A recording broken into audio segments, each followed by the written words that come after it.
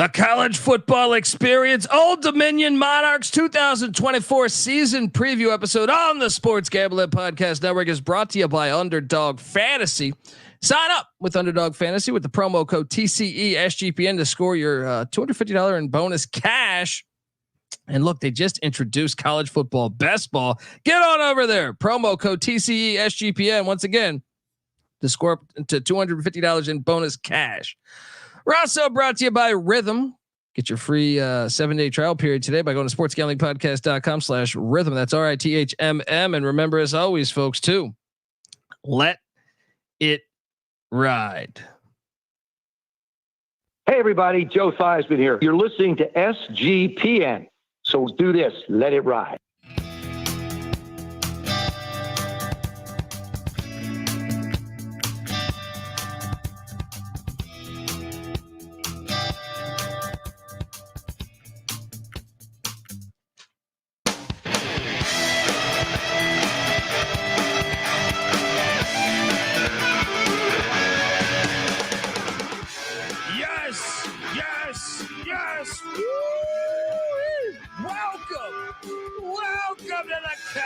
Football experience, Old Dominion 2024 season preview. You know what I love about Old Dominion is the fact that you want to check out the Stadium Heads podcast that I also host, because SP Ballard Stadium is a classic, but also they made the mistake of getting rid of their football program for a long amount of time, and then one day they woke up on the right side of the bed and they said, you know what?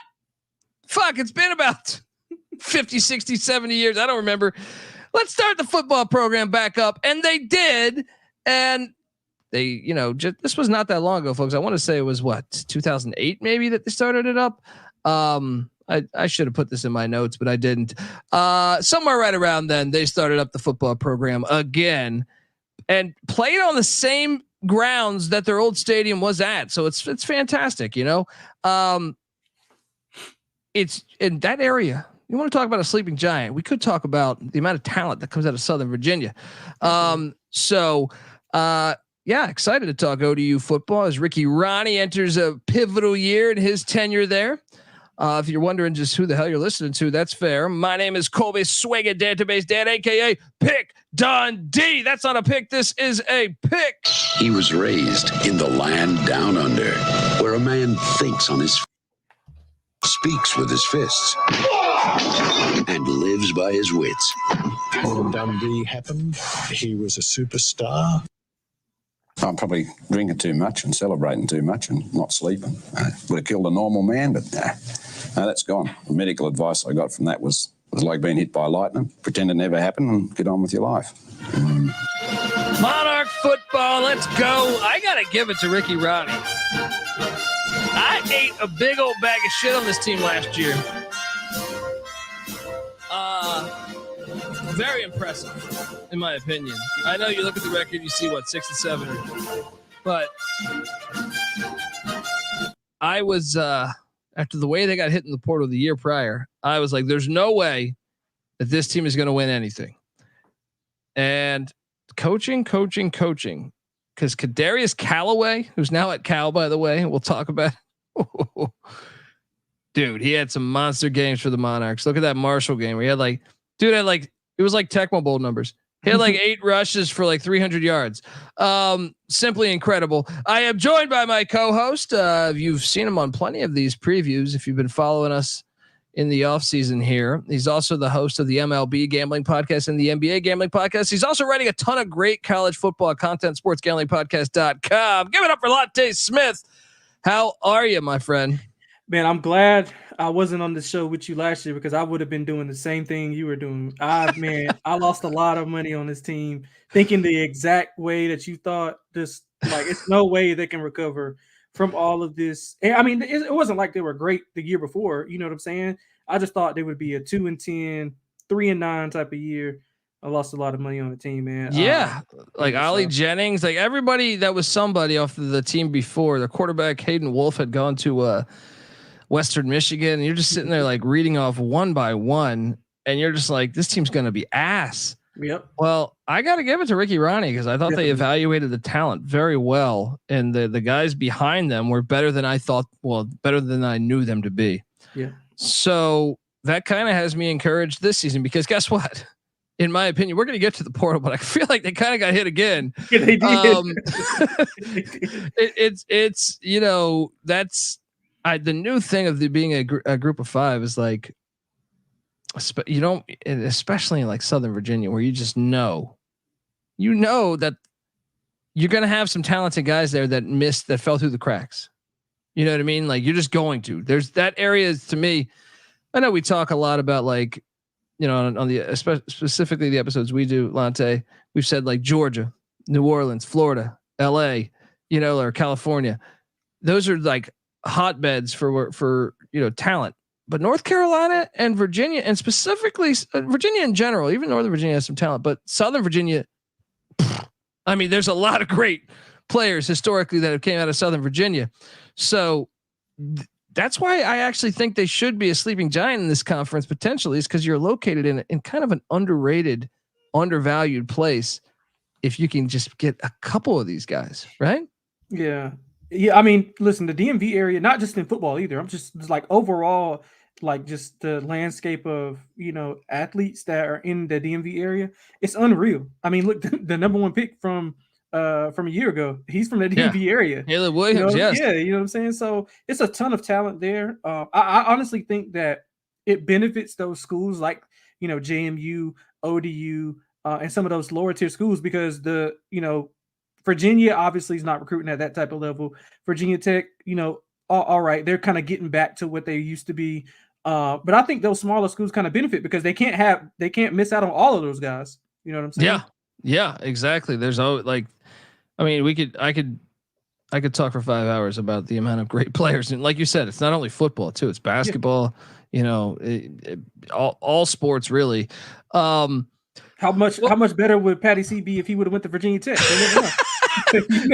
Very true, right? You would have never had the burrito, then he'd be living. Wouldn't be there. Yeah, you never know, man. Exactly, man. What a distraction. Tecmo Bowl ruined the lives of many of athletes, apparently. Folks, before we dive into the ODU offense, defense, special teams, and talk about the coaching front and just game by game on the schedule this year, I want to tell you that the College Football Experience Old Dominion style is brought to you by SGPN. Yes, everything in the merch store. sportsgamblingpodcast.com is 10% off with the promo code football. I'd recommend getting yourself an MLB Gambling Podcast shirt. Lante, one of the hosts there, they do great work over there. Or maybe you want to go out with a Pick Dundee t-shirt. Studies show on the Pick Dundee t-shirt front, your chances of getting ass go up 97.3% at the bowling alley, specifically the bowling alley. So get on over there. All right, SGPN app, free to download in the App Store, Google Play Store. You can either type in sportsgamblingpodcast.com or grab the SGPN app to get to the merch store. Promo code football, 10% off everything. All right, back talking ODU football and Ricky Ronnie. It's weird. You look at now. Remember in 2020, Old Dominion won a national championship. You remember New York Times gave UConn the national championship for not playing a game. I don't know why they didn't give Old Dominion the national championship. In classic college football fashion, I'm going to declare them national champs. But Ricky Ronnie's 15-23. But I do want to highlight the fact that he was hired coming into the COVID season, and they didn't play football the COVID year. I can only imagine how difficult that would be because you couldn't hold practices. Your team's probably leaving. So I do think this is a different scenario than a lot of the coaches that we talk about. Because you look and say 15-23 in 3 years, that's terrible, right? That's not good. But he's made the bowl game in 2 of 3 seasons, even though they still obviously you'd like to be better. But I actually think he's doing an all right job considering that they never have any continuity. I feel like now can you place that blame on the coach? Perhaps, but you can't. I guarantee you this: the coach didn't didn't say, let's not play a season. You know what I mean? So, where you at with Ricky Ronnie? Yeah, I love the job that he's doing. Obviously, the record is what it is. But if you just look at, like you mentioned, the turnover that he's having year after year coming in a definitely a year zero type of feel. I mean, to kind of get things going here, 2 bowls in 3 years, and to have the low expectations and kind of exceed them every year, I think you got to give him the benefit of the doubt. Especially with this conference, this is one of the better, G5 conferences that we're going to go over. And he's going against these top tier teams. And I think he's in a tougher division as well. Well, previously, before all the turnover. But yeah, I think he's doing an exceptional job. I mean, he got, I should send him a PayPal invoice for the money they stole from me this past year. But yeah, I mean, I got hats off to him. Hats off to him. Yeah, he's going to have to prove it to me again this year. A little foreshadowing. Yeah. Let's talk about the offense coordinator is Kevin Decker, which I actually am encouraged by. He was at Fordham when I host the FCS college football experience. Fordham was putting up video game numbers. I'm very intrigued by him in year 2. I know he came in last year, but I'm intrigued. DC is Blake Seiler, former West Virginia linebacker. Seiler did a good job last year. I'm if I'm mispronouncing your name, Blake, my apologies. Yeah, I mean, let's talk about it. With best wins, this is an easy one. I need Real Money Kramer to sign in, check out this episode, because since they've brought back their football program, by the way, that old logo, please bring that back. Look at that. Look at that right there. I mean, where are you at with this? This looks like 1975. It's like Washington Bullets. Yeah. I like it. So they got 2 wins against Virginia Tech. One of them, they almost dropped a 50 burger. I think that's the bigger one. Pick your poison. Yeah, I think either way. Kramer probably wants this, he wants this slideshow disappeared ASAP. Yeah, and both wins happened at home. I got news for you folks. Virginia Tech's on the schedule. All right, they're 2-0 at SB Ballard Stadium when they take on the Hokies. Something to keep in mind. Let's jump into it. The offense this season, they go 86th in scoring per game, but remember, like, they were losing everybody. I'm actually like, I know you read and say 86th. I'm actually like kind of impressed by those numbers based on what I thought they were going to be. I thought they were going to be in the 120s. So it's like they were like 30 spots higher than where I thought they would be. That was still 11th in the Sun Belt out of 14 teams. 93rd in yards, 99th in passing, 74th in rushing. None of those were in the top half of the Sun Belt, but yet they still made a bowl game. They returned 6 starters on offense. Grant Wilson, I'm intrigued by him this year. Now he started at Fordham some, and he started here, and I think he was injured a little bit, right? I think he was injured a little bit last season, but he was in and out of the lineup. Yeah. They also added someone in the portal, but I kind of think the offense in year 2 should flourish some from the quarterback position. The receivers, Kelby Williams and Isaiah Page are back. Tight end Jalen Butler is back. Just 2 of 5 on the offensive line back. That is concerning. Kicker Ethan Sanchez is back as well. Now the portal that I talk about, guess what? Backup quarterback Jack Shields heads out to the Buffalo Bulls. Kadarius Callaway, who, once again, dive into some stats last season with Callaway. You're gonna be like, what? Why did he go to Cal though? Like, you got James out there. Like, maybe to be the next one? I think he's still an underclassman. Okay. So maybe that would, but that's a good point. I respect yeah. That. If he's underclassman, I think he is. I could be wrong. Javon Harvey heads out to Duke. Romello Murphy at the wide receiver spot to Arizona. Amarian Granger to JMU. Oh, the Royal Rivalry are going to the other team. Jordan Bly, which I believe is related to Dre Bly, or he is related to Dre Bly, goes to Gardner Webb, the running Bulldogs. Offensive tackle Chris Adams to the Memphis Tigers. I mean, they're taking hits left and right here, but look, this happened a year ago, so I'm like, okay, that does suck that they lose all those good players. Clearly, so they've been evaluating talent well, though, so these backups might be decent. I'm more willing to trust it this year after seeing last season. But they also went out in the portal, and I felt like Emmett Morehead was one for a minute there 2 years ago. I was convinced that he was better than Phil Jurkovic. Then he started last year, and he played really bad at BC. I still think the guy's got talent. And if coached correctly, Kevin Decker might have two good quarterbacks. Morehead is still, I think he started 5 games this season ago, just 57% completion percentage, but you're going to have him for 2 years, maybe 3. I like that get. And Aaron Young at the running back spot. Love that. Okay. They found their next starting running back. Also Bryce Duke, who I wrote twice there just to emphasize the fact that he left Virginia Tech to go to Old Dominion. All right. Who's on the schedule. He's penciled to be their second string running back. Some of these wideouts though, McKithen from Florida Atlantic and Deontay Vines. He just needed out of Iowa. He's like, man, I got 3 targets last season. Watch him be a baller. We saw it with the kid at Kansas State. I'm drawing a blank. I think his name's Johnson at Kansas State, who left Iowa, and all of a sudden you find out he's decent. Charlie, the Purdue wideout too, a couple years ago. Yeah, Charlie. I keep wanting to say Charlie Joyner, but that's not it. I was about to say Charlie Tweeter Jones from Varsity Blues. Yeah. Charlie Jones. So proven to be, actually kind of good. They just not at Iowa though.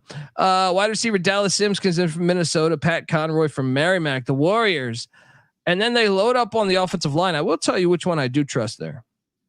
You got Rick Moore coming in from Boise, Anthony Pratt from Arizona, Zach Barlev from Illinois, Colin Henrik from Georgia State. Illinois on the line of scrimmage. That's what Brett Bielema does.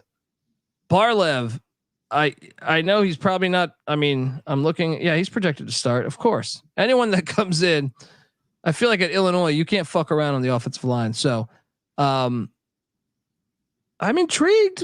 I'm intrigued of I think they did a good job responding, but obviously I don't know that you can say they won the portal, right? Yeah, I think I'm kind of indifferent on it, but I mean, year 2, you got a guy in year 2 at quarterback in the same system. I think that's always an advantage there. You bring in a powerful running back in Young, who probably going to get the bulk of the carries. Mononga is really good at Rutgers, so he probably didn't want to split time with him. So I think he can be kind of a bell cow there. I like the receivers that they had returning still. If I'm not mistaken, I think his name is Williams and Page. I think those 2 guys. Kobe Williams, Isaiah Page. And it's just the offensive line. I mean, just they were bad last year, and they won despite that. But they had over 100 plus tackles for loss allowed. They didn't do a good job in pass blocking. They allow the most sacks in the FBS. So, I mean, they brought in some reinforcements, but I'm interested to see how those guys adapt to getting some playing time at a high level. Yeah. I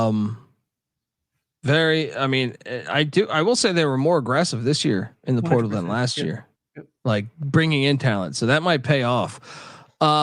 Folks, want to talk more about the Monarchs on the defensive side of the ball. But before we do that, I want to tell you that the ODU season preview is brought to you by Underdog Fantasy.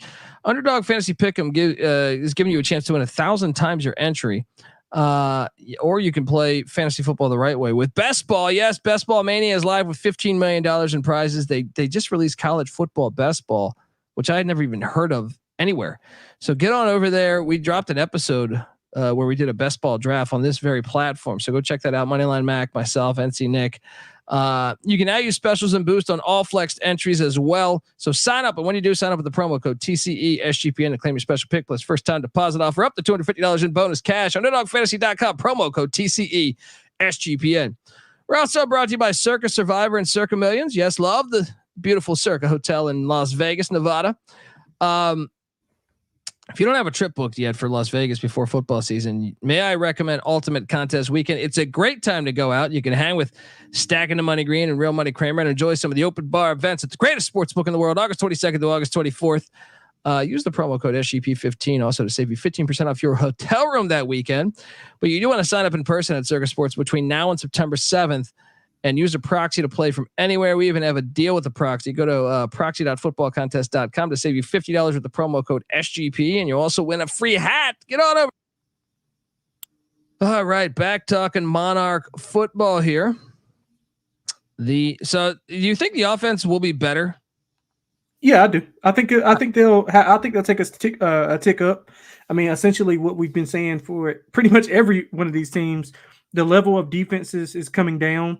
And they have the continuity. Not many teams have continuity at quarterback, offensive coordinator, and head coach. I think they're one of maybe like 3 teams who have all 3 of those guys back.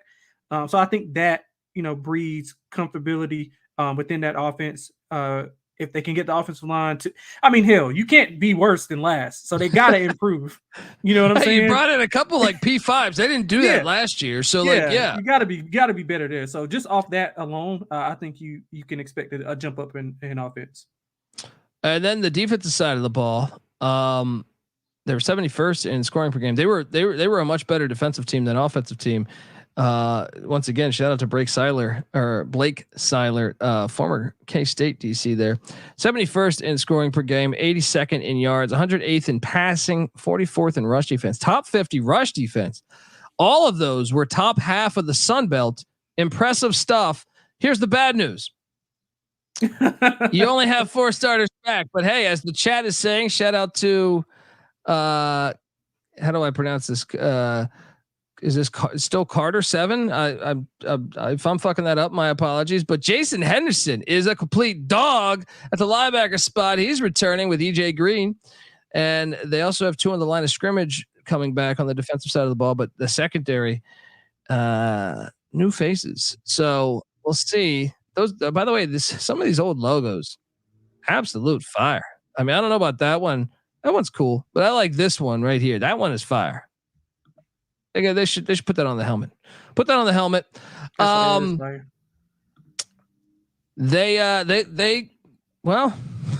They lost guys.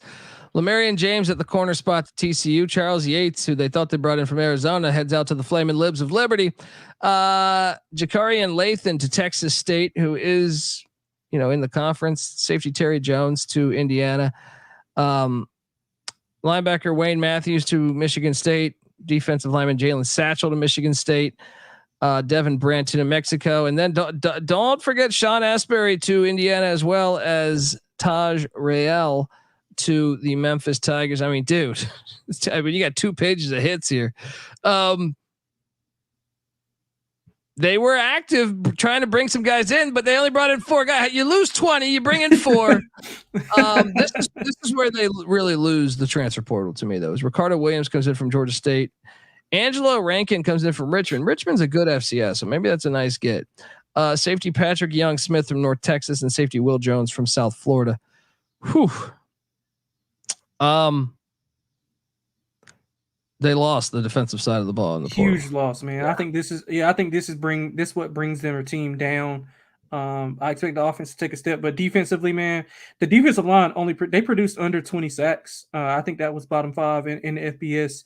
They didn't bring in any reinforcements. They lost everybody in the secondary. And if you just look at, I know we're about to go through their schedule, but if you just look at the offenses that they'll face, I think over half of them are passing. Arkansas State, we just talked about Marshall going air raid. JMU with Chesney is probably going to be a little bit more pass happy. App State balance, Georgia Southern pass happy, Texas State pass happy. It's just a lot of pass happy offenses that they're going to have to face in conference, and I think that's going to spell trouble for them if they don't get that secondary situated, and they can't rush the passer. So guys are going to be streaking open all day. Yeah, that's very concerning. The win total set at 4.5 now. I shouldn't mention. On first thought, I'm like, smash that fucking over, because he's proven this to me a couple times now. But the overs at plus 120, the unders at minus 140. So Vegas is saying, no, this is 4-8. Old Dominion's 4-8.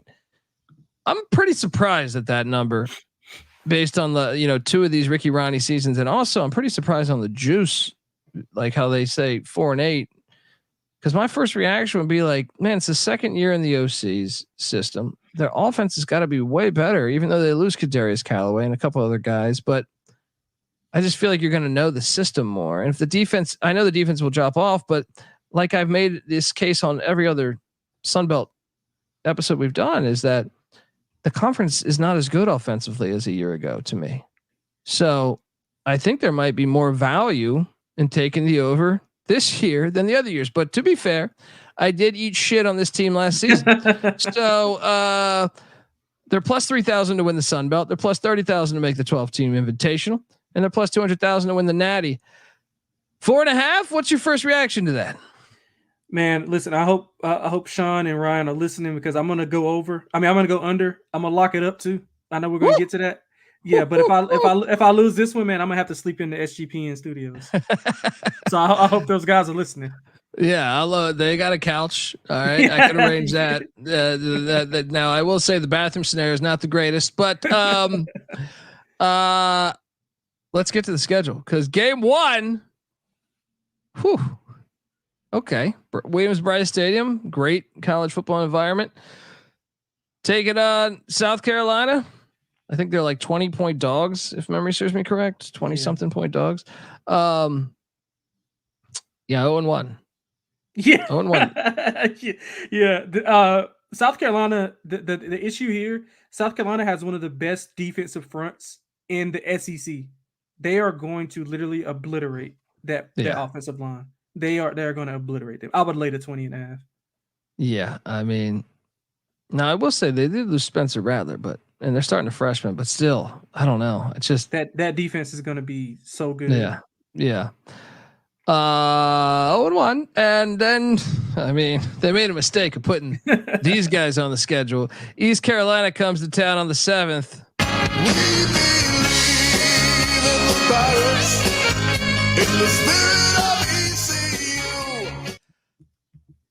0-2. Yeah. I'm a little scared of this game though, because I think ECU has App on deck, and I think they're really looking forward to the App game after last season.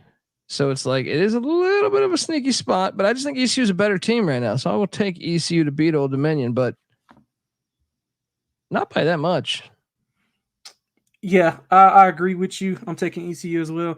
I just want to look a little bit forward. Like this 5-game stretch that they have: ECU, Virginia, BG, Coastal, and Georgia State. That is like their whole season. Like if that's where you're gonna know if they're going over or under that win total.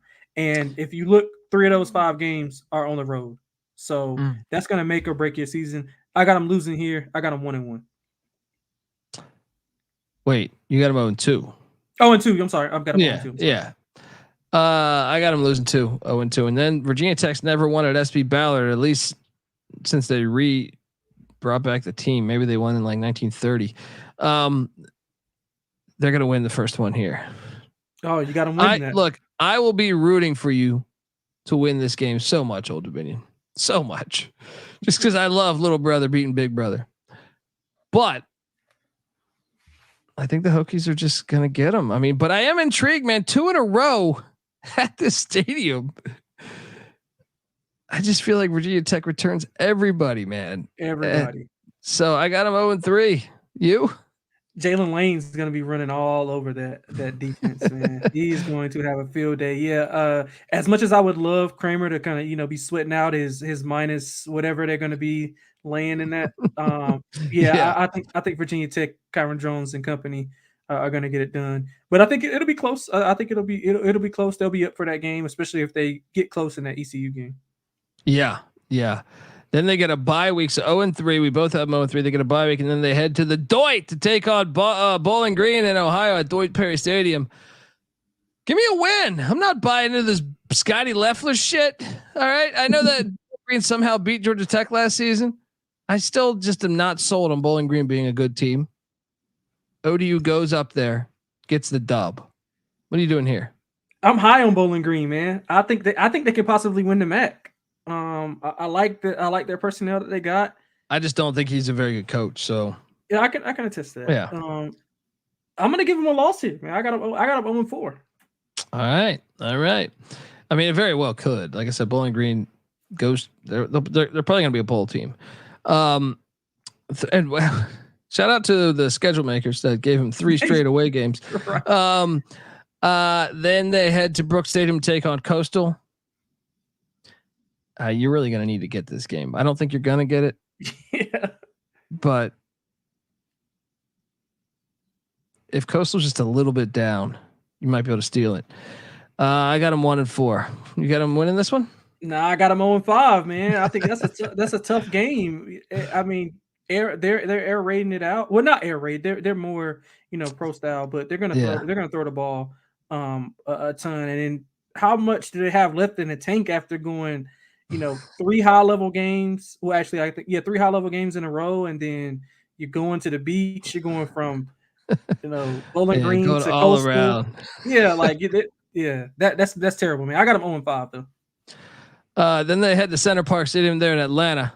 Now the good news for them, even though it is a road game, like if you haven't caught a Georgia State game over the past couple of years, there's been about 12 people there. So I don't know that this fully counts as like a toxic environment. Give me an upset. Give me an ODU win down there in Atlanta. What are you doing? I got them getting their first win. I got them getting their first win. So that puts me at 2-4. You at 1-5. Yep. And they're home to Texas State. I know we're bullish on Texas State, right? Yep. But one thing I will say about Ricky Ronnie, so far his tenure at Old Dominion, they have beaten someone that they have no business beating every year, every single year. They beat App State last year, right? At SB Ballard Stadium. They're a weird team, dude. They normally beat one team that they shouldn't beat, at least one team, sometimes 2, every single season. So who the fuck is it going to be this year? Texas State. That's what I was starting to think, man. I already did the Texas State one, and I was like, Texas State, that's a win. But in my head, I'm like, I hadn't done a deep dive on ODU, and it seems like he does this every damn year. So I'm like, this is the game that doesn't make any sense too. Texas State's like, where's Old Dominion at? Right? Like, I'm with you. Upset. They stormed the field.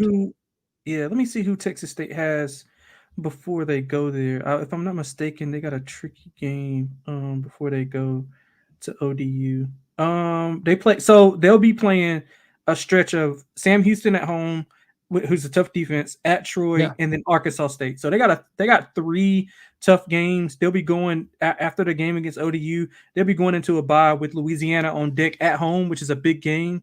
So I think ODU can upset it. Especially if they're sitting there with 1 or 2 wins. Just like saying, "Oh, we got this." Spot. Yeah. Then they're home to Georgia Southern on a Thursday night. I think I took ODU to beat Georgia Southern on the Georgia Southern preview. Yes, sir. So that's my 4th win, and they've won 4 or 5. Don't watch out for these Monarchs. All right. You got winning this one. I got them winning this one as well. I got them. I'm at win 3. Then they head to Boone. Gonna lose that one, especially since you beat them last season. Absolutely. So that puts us at the fight. They're going into their second bye week on the 9th of November. I got them at 4-5. You have them at what? 3 and 6. 3 and 6. Yeah. They are home to JMU, the Royal Rivalry. Give me a win. Give me the over. I got a loss here, man. You gotta think like this is you're getting Chesney at the end of the season. You know what I'm saying? That's November. True. But it's at home at least. Yeah, that's true. No, I'm not saying it'll be easy, but I got JMU slightly. I think 3-point game last year. Yeah, and when they were low was better. I agree. Yeah, I agree. So I'm going slight loss here. So I got what do I got? 3 and 7. Yeah, I got him 5. Give me that over. And then Marshall, I already told you I'm taking Old Dominion. That's 6. They're bowling this Ricky Ronnie guy. Now, you got him winning that, but you're still on the under, right?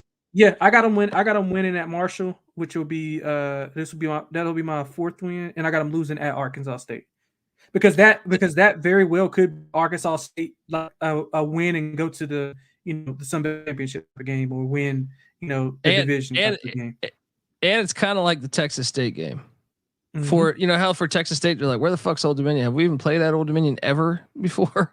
Right? The same could be said for like, we got to go to Jonesboro, Arkansas. It's like, what? That's way on the other side. You're like, I'm with you. Give me a 6-6 season though. So I'm not with you on your win total, but I'm with you that they probably drop it in Jonesboro. But I'm kind of just buying into like they've made me look like a fool. Yeah, I agree. Twice. Yeah. So it's like, okay.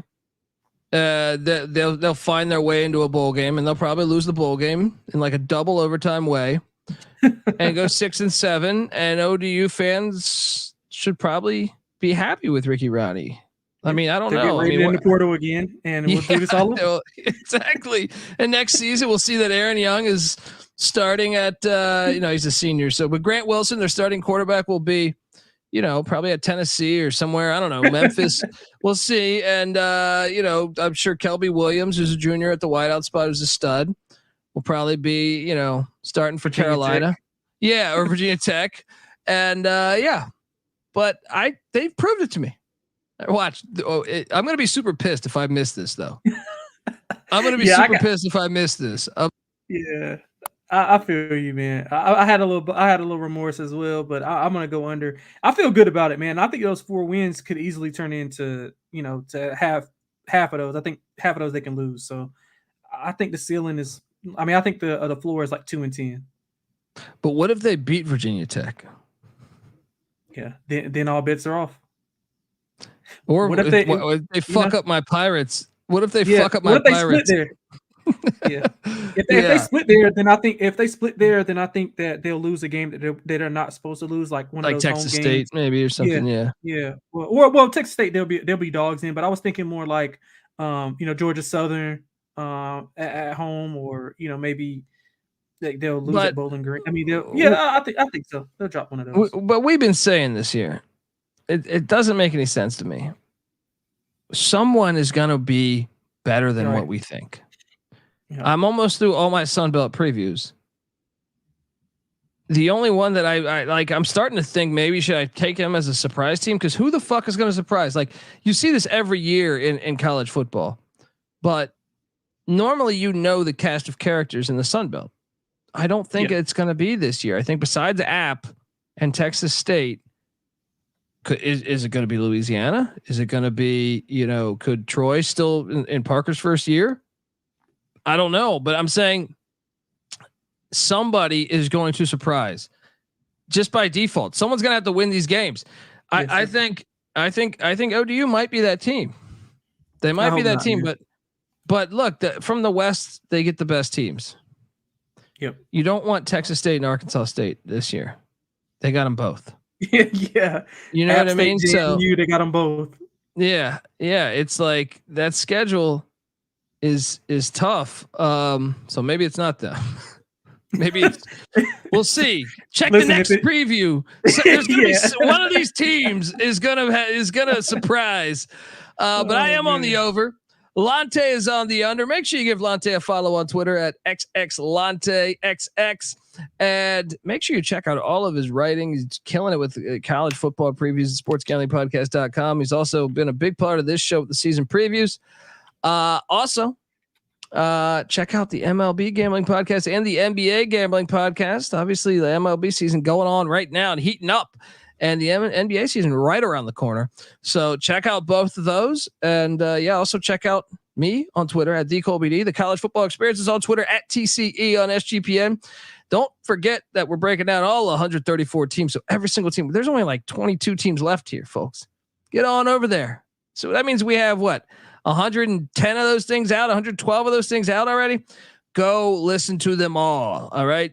Wherever you get your podcasts, iTunes, Spotify, but also I like the visual product. I do these slides, youtube.com/the college experience. It is the hub for all of our college experience content. There's subscribe to the podcast, the college basketball experience. Obviously Jeff Jones, had some health problems. We're wishing him the best, but I believe his son takes over. And is it his son? I can't remember. Not fully dialed into college basketball mode yet. I have to talk to Mac, but we're dropping episodes with coaching interviews all off season. Go check that out when the season goes live. We talk college hoops every single night of the season. And yeah, check out the college baseball experience. Also the FCS college football experience. Maybe you're a Hampton fan, a Richmond fan, a Norfolk State fan. Check out that. Also, check out the Stadium Heads podcast. SB Ballard Stadium's a classic. We talk about the history of college football stadiums over there. All of those come together as one. YouTube.com/The College Experience. So hit that like and subscribe button. Get on over there. Also check out the Sports Gambling Podcast. Till next time, folks, this is the ODU season preview. You better start thinking about yours. And we out of here. Run and shoot. We can really run and shoot. And the whole team's looking and the whole world's looking with the cameras. Run and shoot.